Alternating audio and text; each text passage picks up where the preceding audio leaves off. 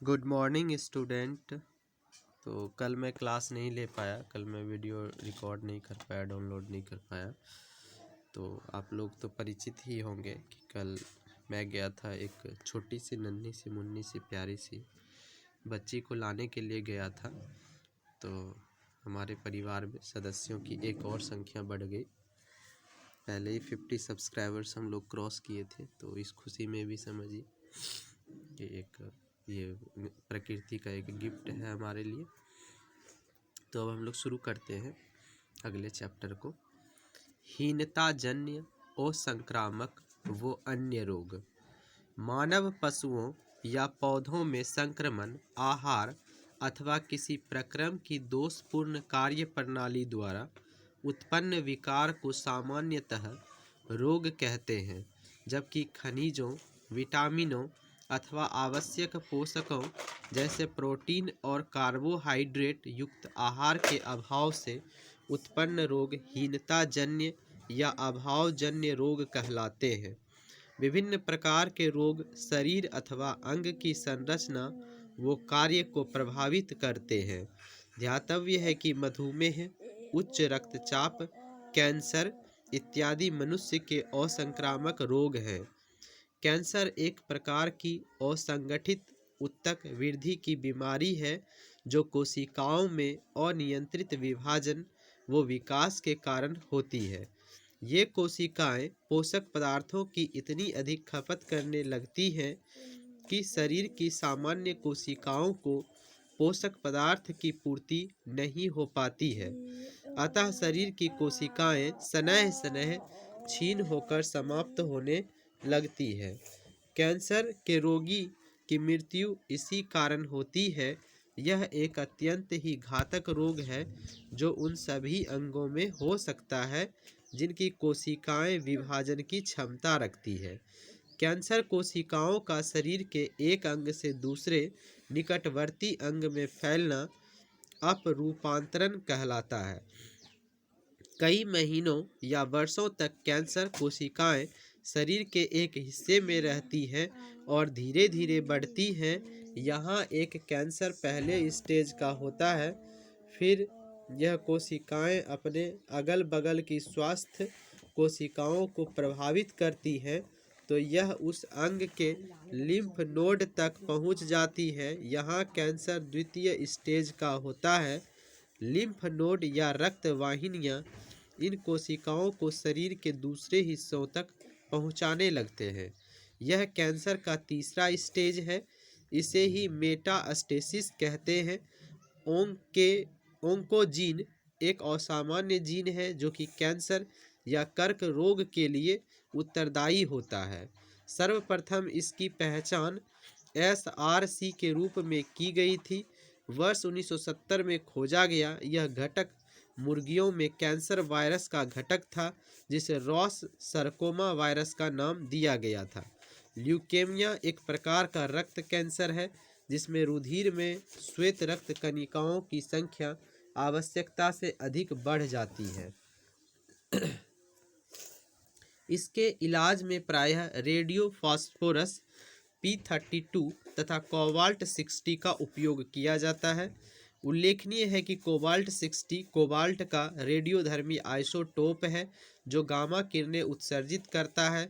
यही कारण है कि यह विकिरण चिकित्सा व कैंसर के इलाज में प्रयुक्त होता है। ट्यूमर संसूचित करने में प्रयुक्त रेडियोधर्मी आइसोटोप आर्सेनिक 74 है। ध्यातव्य है कि गोल्ड 198 सोने का रेडियोधर्मी आइसोटोप है जिसका प्रयोग कैंसर उपचार में किया जाता है।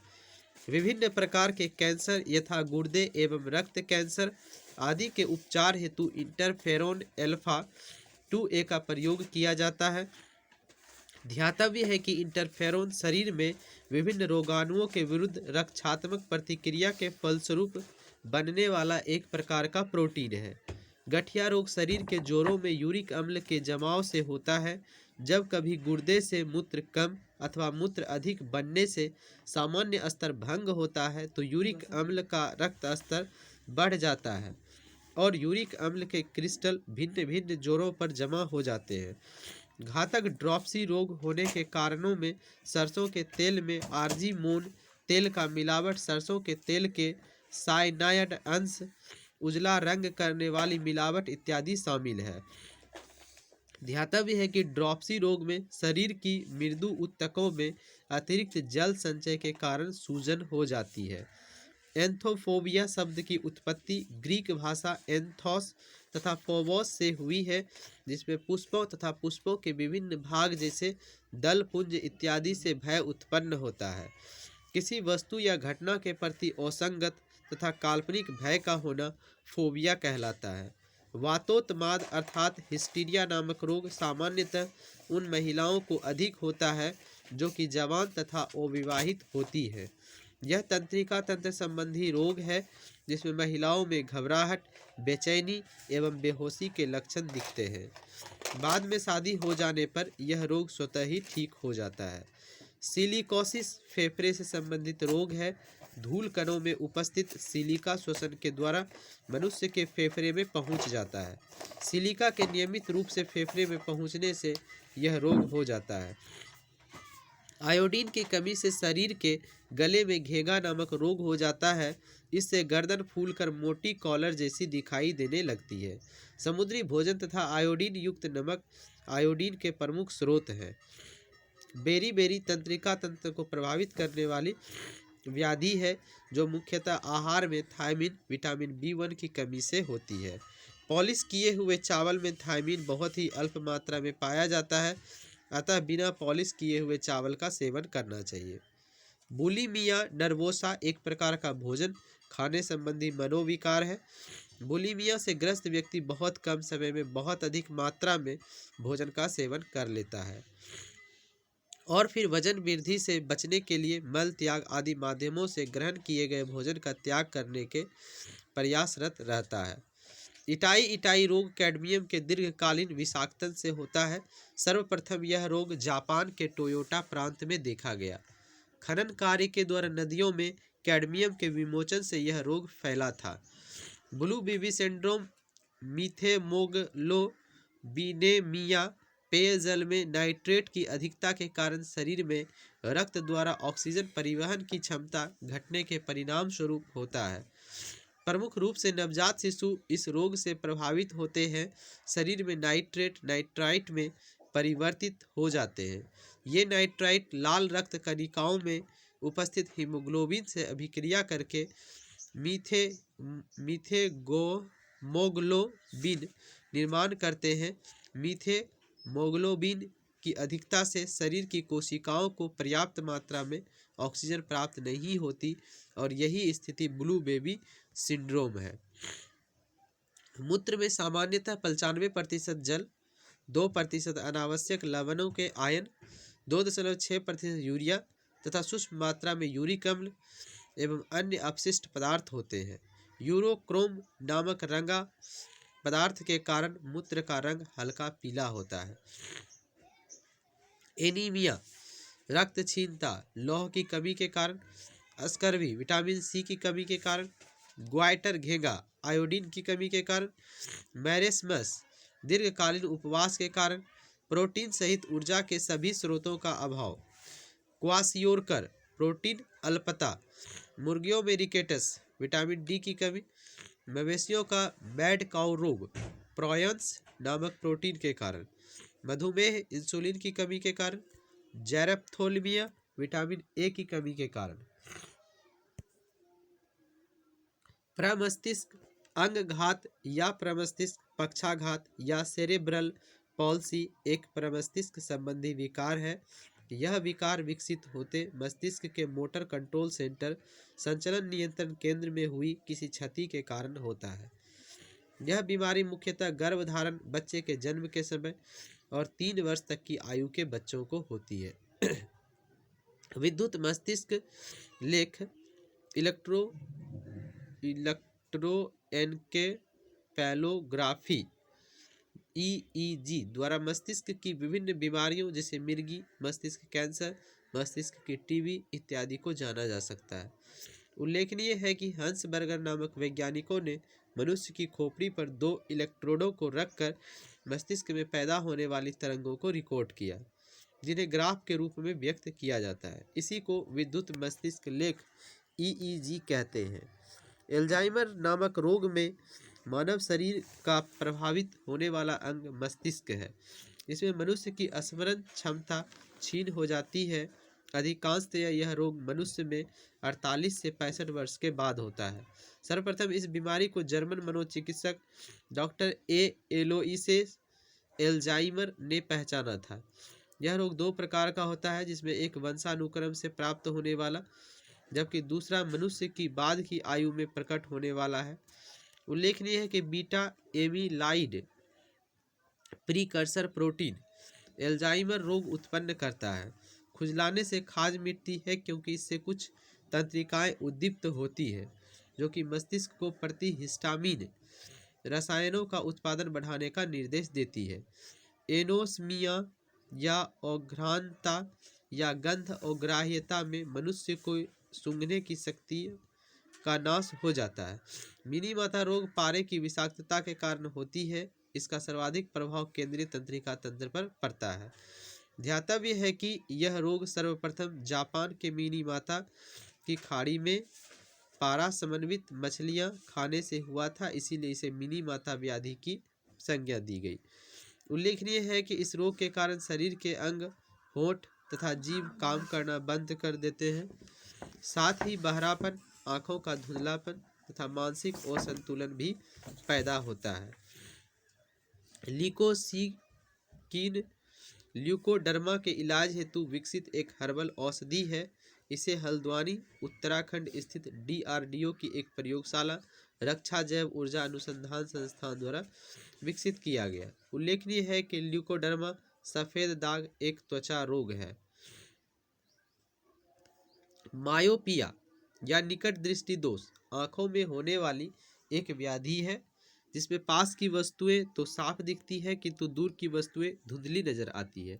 इसे अवतल लेंस प्रयुक्त करके ठीक किया जाता है। दूरदृष्टि दोष को हाइपरमेट्रोपिया भी कहते हैं, जिसमें दूर की वस्तुएं तो साफ दिखती हैं, किंतु पास की वस्तुएं धुंधली या अस्पष्ट नजर आती है। इसे उत्तल लेंस प्रयुक्त करके ठीक किया जाता है। अबिंदुकता से प्रभावित व्यक्ति की दृश्यता में कमी आ जाती है और वह ऊपर नीचे एवं बाएं दाएं की वस्तुओं को उचित ढंग से नहीं देख पाता है। इस समस्या से मुक्ति हेतु बेलनाकार लेंस का प्रयोग किया जाता है। उल्लेखनीय है कि मोतियाबिंद रोग आंख के लेंस के अपारदर्शी होने पर होता है, जिससे व्यक्ति की दृश्यता प्रभावित होती है। इसके निदान हेतु अपारदर्शी लेंस को हटाकर नया कृत्रिम लेंस लगा दिया जाता है। स्लीप एपनिया एक निद्रा संबंधी विकार है, जिसमें नींद में श्वसन प्रवाह बार बार थोड़ी थोड़ी देर के लिए बाधित रहता है। इससे प्रभावित व्यक्ति नींद में खर्राटे लेता है और पूरी रात सोने के बाद भी थकान महसूस करता है। ये फिगर है आपका मधुमेह रोग के कारण आरेखीय निरूपण। मधुमेह रोग का क्या कारण है, इसका आरेखीय निरूपण किया गया है। कम इंसुलिन के कारण शरीर की कोशिकाओं द्वारा ग्लूकोज का उपयोग न हो पाना, रुधिर वाहिनियों में ग्लूकोज का जमना। इस फिगर को समझेंगे ठीक से। ये अग्नाशय है, इसमें क्या क्या होता है, लैंगरहैंस की द्वीपिका, बीटा कोशिका, अल्फा कोशिका, डेल्टा कोशिका, एफ कोशिका, बहिस्रावी अग्नाशय। फिर बीटा कोशिका द्वारा इंसुलिन का कम उत्पादन हो रहा है और कम इंसुलिन का रक्त वाहिनी का रक्त प्रवाह में प्रवेश हो रहा है। और इस तरफ है अमाशय। अमाशय वो आंत में भोजन का ग्लूकोज में परिवर्तन, ग्लूकोज का रक्त वाहिनी वो रक्त प्रवाह में प्रवेश। तो ये हमने देखा फिगर में। मधुमेह या डायबिटीज एक खतरनाक रोग है, जिसका प्रभाव भारत में व्यापक रूप से फैल रहा है। यह बीमारी अग्नाशय की लैंगरहैंस की द्वीपिकाओं की बीटा कोशिकाओं द्वारा इंसुलिन का स्राव कम हो जाने के कारण होती है, जिससे प्रभावित व्यक्ति के रक्त में शर्करा की मात्रा बढ़ जाती है। विश्व मधुमेह दिवस प्रत्येक वर्ष 14 नवंबर को मनाया जाता है। 14 नवंबर को तो बाल दिवस भी मनाया जाता है। उल्लेखनीय है कि निरंतर मधुमेह रोगियों की संख्या में हो रही वृद्धि को देखते हुए वर्ष 1991 में अंतर्राष्ट्रीय मधुमेह संघ एवं विश्व स्वास्थ्य संगठन ने संयुक्त रूप से इस बीमारी के प्रति लोगों को जागरूक करने हेतु प्रतिवर्ष विश्व मधुमेह दिवस आयोजित करने का विचार किया तथा 14 नवंबर का दिन चयनित किया। मेथी एक आवृत बीजी पादप है जिसका बीज मधुमेह के रोगी की रक्त शर्करा को सामान्य बनाए रखने में लाभ पहुंचाता है। कड़ी का पौधा भारत का देशज है। इसका पत्ता अर्थात करी पत्ता मधुमेह के इलाज के लिए उपयोगी है। वर्ष 1923 में कनाडा के दो वैज्ञानिकों बेंटिंग तथा वेस्ट ने मैक्लियोड नामक वैज्ञानिक की सहायता से इंसुलिन नामक हार्मोन का सक्रिय सत्व तैयार किया। इसके लिए बेंटिंग तथा मैक्लियोड को नोबेल पुरस्कार दिया गया। ध्यातव्य है कि इंसुलिन हार्मोन का संबंध रुधिर में ग्लूकोज के नियमन से है तथा इसकी कमी से मधुमेह रोग हो जाता है। इम्फाइसीमा एक प्रकार का क्रॉनिक प्रतिरोधी फुफ्फुसीय रोग COPD chronic obstructive pulmonary disease है जिसमें मनुष्य का फेफड़ा प्रभावित होता है।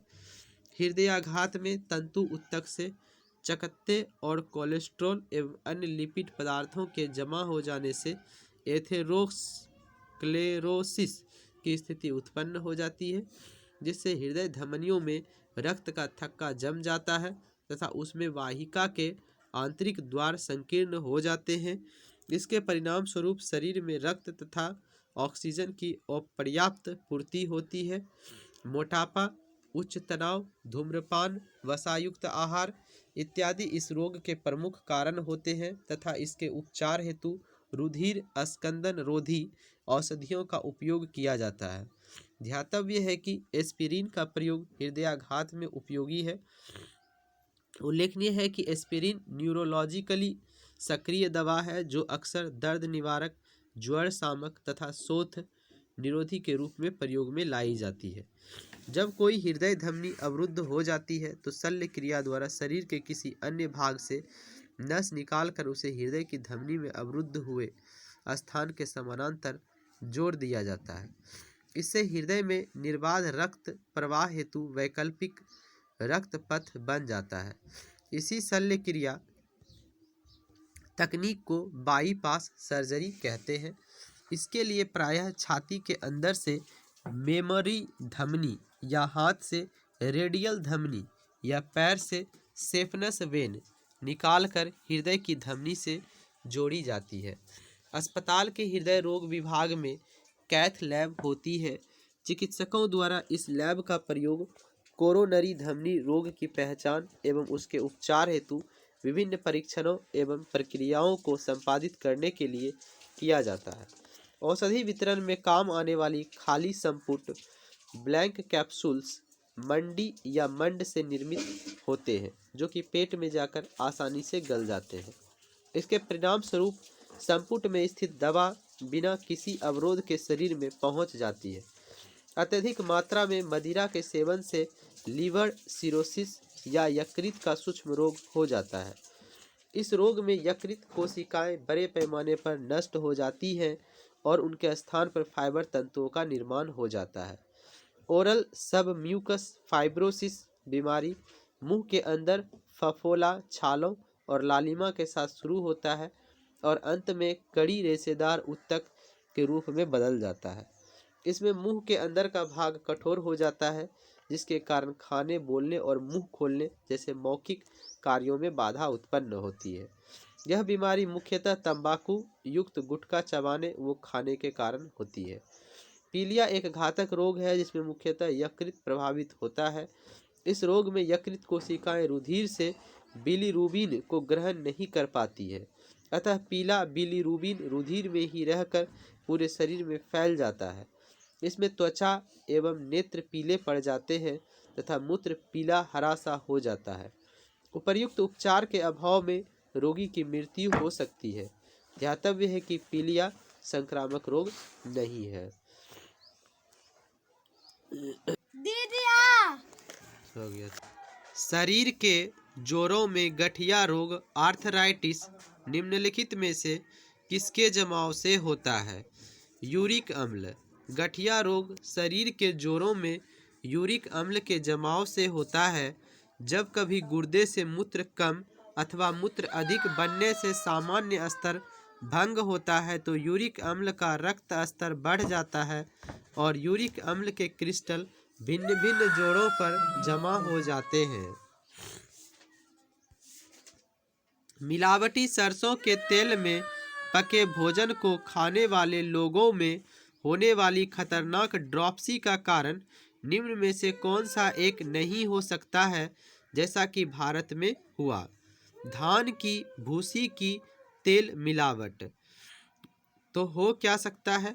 ऑर्जिमोन तेल मिलावट, सरसों के तेल के साइनाइड अंश, उजला रंग करने वाली मिलावट। घातक ड्रॉप्सी रोग होने के कारणों में सरसों के तेल में ऑर्जिमोन तेल का मिलावट, सरसों के तेल के साइनाइड अंश, उजला रंग करने वाली मिलावट इत्यादि शामिल हैं, जबकि धान की भूसी की तेल मिलावट इसका कारण नहीं है। यह एकल कोशिका के रूप में उत्पन्न होता है और ऐसे निर्दयी रोग का रूप धारण कर लेता है जिससे प्रतिवर्ष लाखों लोग मौत के घाट उतर जाते हैं।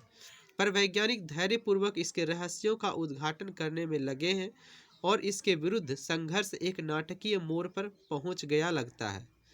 डैश के विरुद्ध युद्ध में नई खोजें श्रेष्ठतर चिकित्सा के लिए विश्वास और आशा का संचार कर रही है। कैंसर। कैंसर एक प्रकार की असंगठित ऊतक वृद्धि की बीमारी है जो कोशिकाओं में अनियंत्रित विभाजन तथा विकास के कारण होती है। यह एक अत्यंत ही घातक रोग है जो उन सभी अंगों में हो सकता है जिनकी कोशिकाएं विभाजन की क्षमता रखती है। एंथोफोबिया निम्न का डर है। पुष्पों का। एंथोफोबिया शब्द की व्युत्पत्ति ग्रीक भाषा एंथोस तथा फोबोस से हुई है, जिसमें पुष्पों तथा पुष्पों के विभिन्न भाग जैसे दल पुंज इत्यादि से भय उत्पन्न होता है। किसी वस्तु या घटना के प्रति असंगत तथा काल्पनिक भय का होना फोबिया कहलाता है। वातोत्माद हिस्टीरिया रोग सामान्यतः किस वर्ग में होता है? जवान महिलाएं। वातोत्माद अर्थात हिस्टीरिया नामक रोग सामान्यतः उन महिलाओं को अधिक होता है जो कि जवान तथा अविवाहित होती है, क्योंकि यह तंत्रिका तंत्र संबंधी रोग है जिसमें महिलाओं में घबराहट, बेचैनी एवं बेहोशी के लक्षण दिखते हैं। बाद में शादी हो जाने पर यह रोग स्वतः ही ठीक हो जाता है। सिलिकोसिस एक है फेफड़े संबंधित बीमारी। सिलिकोसिस फेफड़े से संबंधित रोग है। धूल कणों में उपस्थित सिलिका श्वसन के द्वारा मनुष्य के फेफड़ों में पहुंच जाता है। सिलिका के नियमित रूप से फेफड़ों में पहुंचने से यह रोग हो जाता है। सही जोड़े बनाइए तथा नीचे दिए गए कूट से सही उत्तर चुनिए। तो रक्ताल्पता एनीमिया किसके कमी से होगा? लौह तत्व की कमी से होगा। गला घोटू ग्वाइटर आयोडीन की कमी से होगा। रतौंधी नाइट ब्लाइंडनेस विटामिन ए की कमी से, और बेरी विटामिन बी की कमी से। रक्ताल्पता एनीमिया लौह तत्व की कमी, गला घोटू ग्वाइटर आयोडीन की कमी, रतौंधी नाइट ब्लाइंडनेस विटामिन ए की कमी, बेरी विटामिन बी की कमी से होता है। किस तत्व की कमी से घेंघा रोग हो जाता है? आयोडीन। आयोडीन की कमी होने से शरीर के गले में घेंघा नामक रोग हो जाता है। इससे गर्दन फूलकर मोटी कॉलर जैसी दिखाई देने लगती है। आयोडीन का स्रोत दूध, समुद्री भोजन तथा आयोडीन युक्त नमक है। यह थायरॉक्सिन हार्मोन का महत्वपूर्ण घटक है। आयोडीन उन बीमार व्यक्तियों को दी जाती है जो पीड़ित होते हैं घेंघा से। घेंघा रोग आयोडीन की कमी से होता है, अतः इस रोग से पीड़ित व्यक्तियों को आयोडीन दी जाती है। उन देशों में जहां के लोगों का मुख्य खाद्यान्न पॉलिश किया हुआ चावल है, लोग पीड़ित हैं बेरी से। बेरी तंत्रिका तंत्र को प्रभावित करने वाली व्याधि है जो मुख्यतः आहार में थायमिन विटामिन B1 की कमी से होती है। पॉलिश किए हुए चावल में थायमिन बहुत ही अल्प मात्रा में पाया जाता है, अतः इसका सेवन करने वाले व्यक्तियों में बेरी रोग होने की संभावना प्रबल होती है। बीमारी पता करने के यंत्र MRI का मतलब होता है चुंबकीय रेजोनेंस चित्रीकरण। इसका तो मैग्नेटिक रेजोनेंस इमेजिंग भी होता है ना।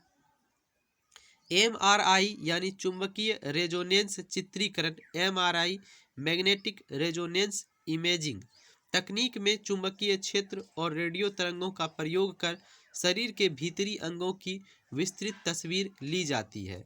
MRI निम्न में से क्या है?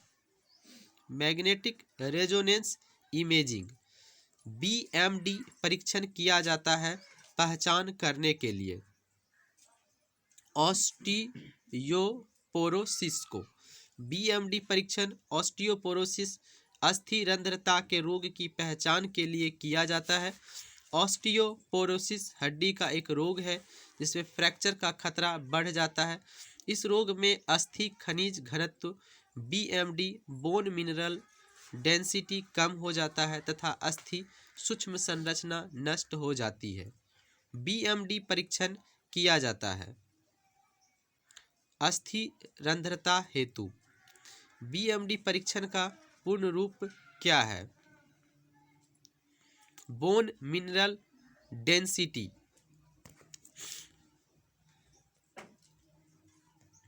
जो मनुष्य यह नहीं समझ पाता कि कब उसे भोजन करना रोक देना चाहिए वह पीड़ित है बुलिमिया से। बुलिमिया नर्वोसा एक प्रकार का भोजन संबंधी विकार है। बुलिमिया से ग्रस्त व्यक्ति बहुत कम समय में बहुत अधिक मात्रा में भोजन का सेवन कर लेता है और फिर वजन वृद्धि से बचने के लिए मल त्याग आदि माध्यमों से ग्रहण किए गए भोजन का त्याग करने से के लिए प्रयासरत रहता है। बुलिमिया से ग्रस्त व्यक्ति ऐसा महसूस करता है कि उसका इस बात पर कोई नियंत्रण नहीं है कि उसे कितना भोजन करना है। इटाई रोग किसके दीर्घकालिक विषाक्तन से होता है? कैडमियम। इटाई रोग कैडमियम के दीर्घकालीन विषाक्तन से होता है। सर्वप्रथम यह रोग जापान के टोयोमा प्रांत में देखा गया। खनन कार्य के द्वारा नदियों में कैडमियम के विमोचन से यह रोग फैला। शरीर में किस स्थिति को कैंसर कहते हैं? सेलों का अनियंत्रित बहुगुणन होना, इससे स्वस्थ सेलों का दम घुटना और अंततः मृत्यु होना। कैंसर की अवस्था में कोशिकाओं का अनियंत्रित बहुगुणन होता है तथा ये कोशिकाएं पोषक पदार्थों की इतनी अधिक खपत करने लगती हैं कि शरीर की सामान्य कोशिकाओं को पोषक पदार्थों की पूर्ति नहीं हो पाती है, अतः शरीर की कोशिकाएं शनैः शनैः क्षीण होकर समाप्त होने लगती है। कैंसर के रोगी की मृत्यु इसी कारण होती है। ब्लू बेबी नामक प्रदूषण कारित बीमारी पीने वाले जल में निम्न में से किसके अधिक विद्यमान होने के कारण होती है?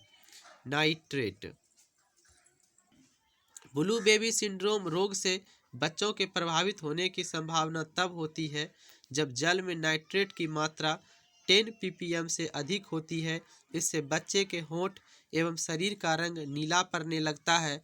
यह नाइट्रेट हीमोग्लोबिन से क्रिया करके उसकी ऑक्सीजन परिवहन की क्षमता को कम कर देता है, जिससे श्वसन क्रिया सुचारू रूप से संपादित नहीं हो पाती है।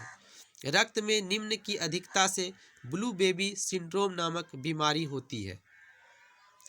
मीथेमोग्लोबिन। ब्लू बेबी सिंड्रोम मीथेमोग्लोबिनोमिया शरीर में ऑक्सीजन का परिवहन करने की रक्त की क्षमता के घटने का परिणाम होता है। पेयजल में नाइट्रेट की अधिकता इसका सबसे आम कारण है। प्रमुख रूप से नवजात शिशु इस रोग से प्रभावित होते हैं। शरीर में नाइट्राइट में परिवर्तित हो जाते हैं। ये नाइट्राइट लाल रक्त कणिकाओं में उपस्थित हीमोग्लोबिन से अभिक्रिया करके मीथेमोग्लोबिन का निर्माण करते हैं। मीथेमोग्लोबिन की अधिकता से शरीर की कोशिकाओं को पर्याप्त मात्रा में ऑक्सीजन प्राप्त नहीं होती और यही स्थिति ब्लू बेबी सिंड्रोम है। चिकित्सकीय भाषा में गोल्डन आवर का संबंध है। हृदयाघात से दिल का दौरा पड़ने के पहले घंटे को गोल्डन आवर के नाम से जाना जाता है। बीटा ब्लॉकर एक औषधि है बचाने हेतु। हृदयाघात से बीटा ब्लॉकर एक औषधि है जिसका उपयोग हृदयाघात रक्तचाप से बचाने के लिए किया जाता है। हृदय की धड़कन नियंत्रित करने के लिए निम्न में से कौन सा खनिज आवश्यक है? पोटेशियम। पोटेशियम हृदय की धड़कन एवं नाड़ी संस्थान के कार्यों को संचालित करता है। मांस, मछली, अनाज, फल, सब्जियां इत्यादि पोटेशियम के अच्छे स्रोत हैं। फास्फोरस हड्डियों के विकास के लिए आवश्यक है। लौह तत्व की कमी से रक्ताल्पता रोग होता है। निम्नलिखित में से कौन सा पोटेशियम अल्पता से संबद्ध है? निम्न रक्तचाप। शरीर में पोटेशियम की कमी से निम्न रक्तचाप की बीमारी हो जाती है। पोटेशियम एक खनिज लवण है जिसका मुख्य स्रोत मांस, दूध, अनाज, फल तथा सब्जियां हैं एवं इस खनिज लवण को दैनिक आवश्यकता 2 ग्राम होती है। यदि मूत्र में एल्बुमिन आ रहा हो तो ऐसे व्यक्ति के निम्न में से किस एक अंग के फेल हो जाने से पीड़ित होने की संभावना होती है? वृक्क। मूत्र में सामान्यतः 95% जल, 3% अनावश्यक लवणों के आयन, 2.6% यूरिया, 0.3% क्रिएटिनिन तथा सूक्ष्म मात्रा में यूरिक अम्ल तथा अन्य अनावश्यक और अपशिष्ट पदार्थ होते हैं। अर्थात मूत्र ऐसे तत्वों का संयुक्त उत्पादन है। इसमें एल्बुमिन, जो रक्त में पाया जाने वाला एक प्रोटीन है, की उपस्थिति एवं उसके प्रभाव से वृक्क के फेल हो जाने की आशंका होती है। लंबे समय तक उपवास रखने का सर्वाधिक प्रभाव शरीर के किस अंग पर पड़ता है? गुर्दे पर। लंबे समय तक उपवास रखने का सर्वाधिक प्रभाव गुर्दे पर पड़ता है। इसका आंसर है सी 3, 4, 1, 2। Arsenic 74 tumour, cobalt 60 cancer, iodine 131 thyroid ग्रंथि की सक्रियता, सोडियम 24 रक्त व्यतिक्रम। आर्सेनिक 74 ट्यूमर की पहचान, कोबाल्ट 60 कैंसर, आयोडीन 131 थायराइड ग्रंथि सक्रियता, सोडियम 24 रक्त व्यतिक्रम। ट्यूमर की पहचान हेतु प्रयुक्त रेडियोधर्मी समस्थानिक है आर्सेनिक 74। निम्नलिखित में से कौन सा सही सुमेलित नहीं है? नहीं को छोड़ के पढ़ेंगे, डी को छोड़ के। कोबाल्ट 60 शरीर के अंतरंग के अबुर्द का उपचार, आयोडीन 131 थायराइड अबुर्द का उपचार, फास्फोरस 32 श्वेत रक्तता का उपचार, गोल्ड 198 सोने के रेडियो एक्टिव आइसोटोप है जिसका प्रयोग कैंसर के उपचार में किया जाता है। निम्नलिखित रेडियो तत्वों में से किसका उपयोग मनुष्य के शरीर में रक्त प्रवाह की गति के माप में किया जाता है? Radio sodium. मनुष्य के शरीर में रक्त प्रवाह की गति के मापन हेतु रेडियो सोडियम का प्रयोग किया जाता है। ओंकोजीन संबंधित है कर्क रोग से। ओंकोजीन एक असामान्य जीन है जो कि कैंसर कर्क रोग के लिए उत्तरदायी होता है। सर्वप्रथम इसकी पहचान SRC के रूप में की गई थी। वर्ष 1970 में खोजा गया यह घटक मुर्गियों में कैंसर वायरस का घटक था जिसे रॉस सर्कोमा वायरस का नाम दिया गया था। कोबाल्ट 60 आमतौर पर विकिरण चिकित्सा में प्रयुक्त होता है क्योंकि यह उत्सर्जित करता है गामा किरणें। कोबाल्ट 60 कोबाल्ट का सिंथेटिक रेडियोधर्मी आइसोटोप है। कोबाल्ट पर न्यूट्रॉन की बमबारी के परिणाम स्वरूप गामा किरणें उत्सर्जित होती हैं। यही कारण है कि यह विकिरण चिकित्सा में प्रयुक्त होता है। इसका उपयोग कैंसर के इलाज में किया जाता है। ट्यूमर संसूचित करने में प्रयुक्त रेडियो समस्थानिक है AS74 आर्सेनिक 74। ट्यूमर संसूचित करने में प्रयुक्त रेडियो समस्थानिक आर्सेनिक 74 है। परिसंचरण तंत्र में रक्त के थक्के का पता लगाने के लिए सोडियम 24 का, कैंसर के उपचार में कोबाल्ट 60 का तथा जीवों, पौधों एवं जंतुओं के अवशेषों का पता लगाने में कार्बन 14 का प्रयोग किया जाता है।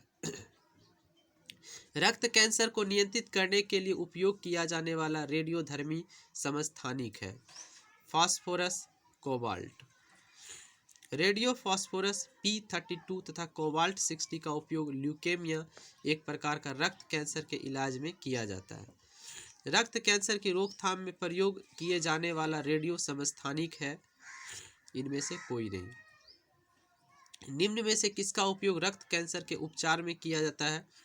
Phosphorus 32, cobalt 60। ल्यूकेमिया एक प्रकार का कैंसर है जिसमें असाधारण बढ़ोतरी होती है श्वेत रक्त कोशिकाओं की संख्या में।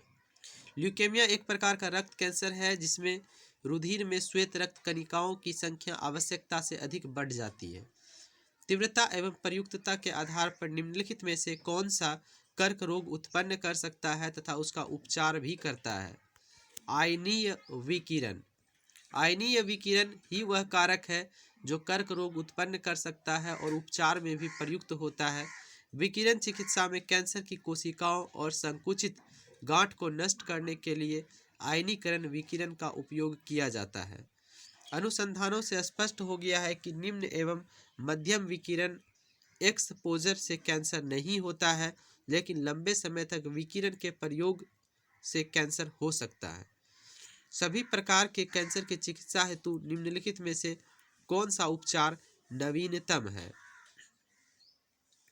तीव्रता अधिमिश्रित विकिरण चिकित्सा IMRT। प्रश्नगत विकल्पों में सभी प्रकार के कैंसर की चिकित्सा हेतु IMRT अर्थात तीव्रता अधिमिश्रित विकिरण चिकित्सा नवीनतम है।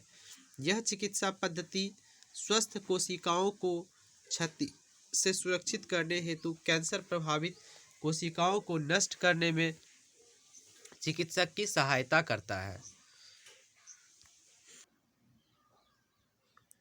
सेरेब्रल पॉल्सी एक मस्तिष्क संबंधी विकार है जो सामान्यतया पाया जाता है छोटे बच्चों में। प्रमस्तिष्क अंगघात या प्रमस्तिष्क पक्षाघात या सेरेब्रल पॉल्सी एक प्रमस्तिष्क संबंधी विकार है। यह विकार विकसित होने से मस्तिष्क के मोटर कंट्रोल सेंटर संचलन नियंत्रण केंद्र में हुई किसी क्षति के कारण होता है। यह बीमारी मुख्यतः गर्भधारण, बच्चे के जन्म के समय और 3 वर्ष तक की आयु के बच्चों को होती है। एल्जाइमर रोग में मानव शरीर का कौन सा अंग प्रभावित होता है? मस्तिष्क। एल्जाइमर नामक रोग में मानव शरीर का प्रभावित होने वाला अंग मस्तिष्क है, जिसमें मनुष्य की स्मरण क्षमता क्षीण हो जाती है।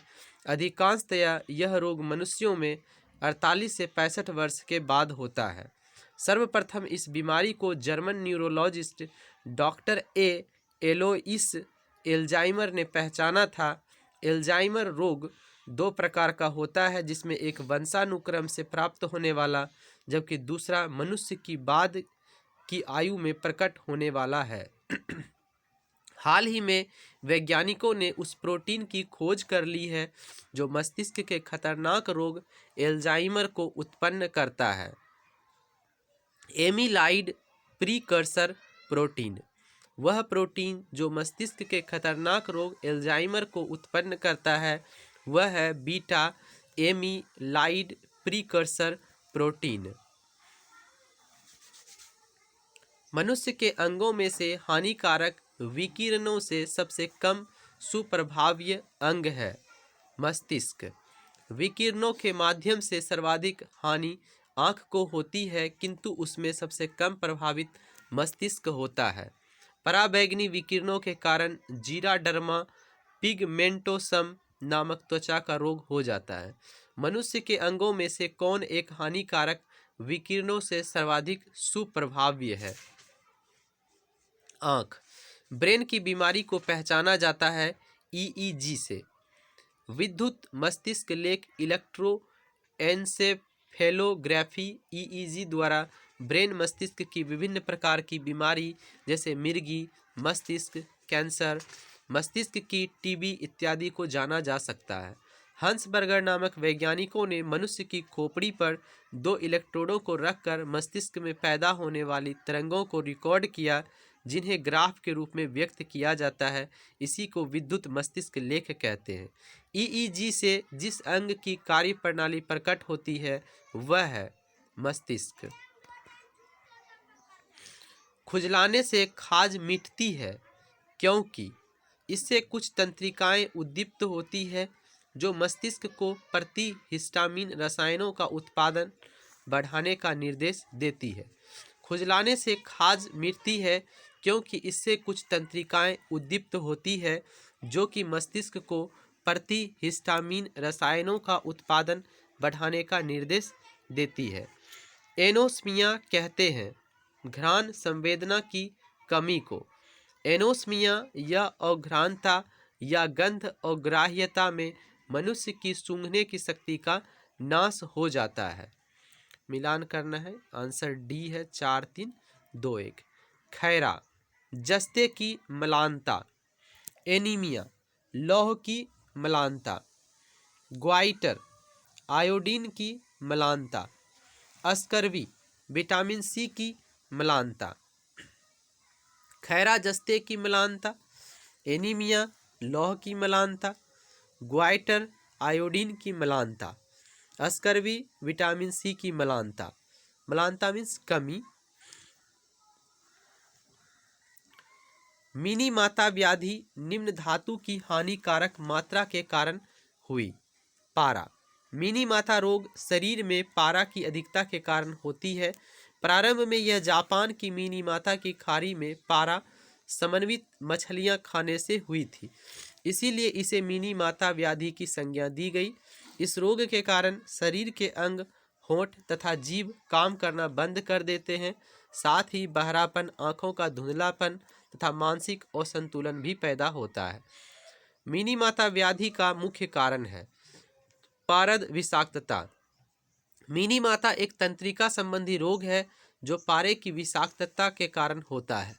जापान की 1953 में होने वाली मिनी माता व्याधि हुई थी उन मछलियों को खाने से जो संक्रमित थीं पारद द्वारा। मिनी माता व्याधि सर्वप्रथम जापान के मिनीमाटा शहर में ज्ञात हुई थी। यह व्याधि औद्योगिक संदूषित जल में मिथाइल मरकरी की निकासी से मिनीमाटा खाड़ी और शिरानुई सागर में मछलियों के प्रदूषित होने से हुई थी। एलर्जी के कारण कौन सी बीमारी होती है? अस्थमा। एलर्जी वस्तु विशेष के प्रति मनुष्य की अत्यधिक संवेदनशीलता है जो सामान्य मनुष्यों में नहीं पाई जाती है।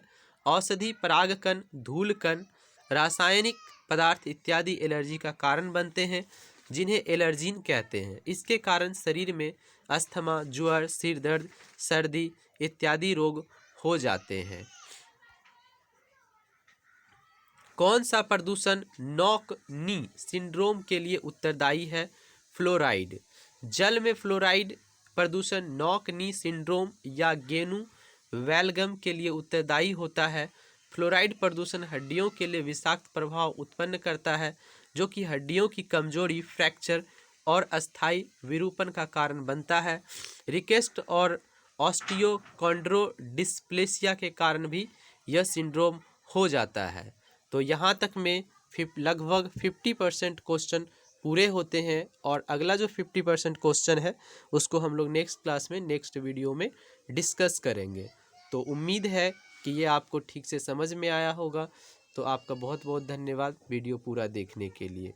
आपका दिन मंगलमय हो।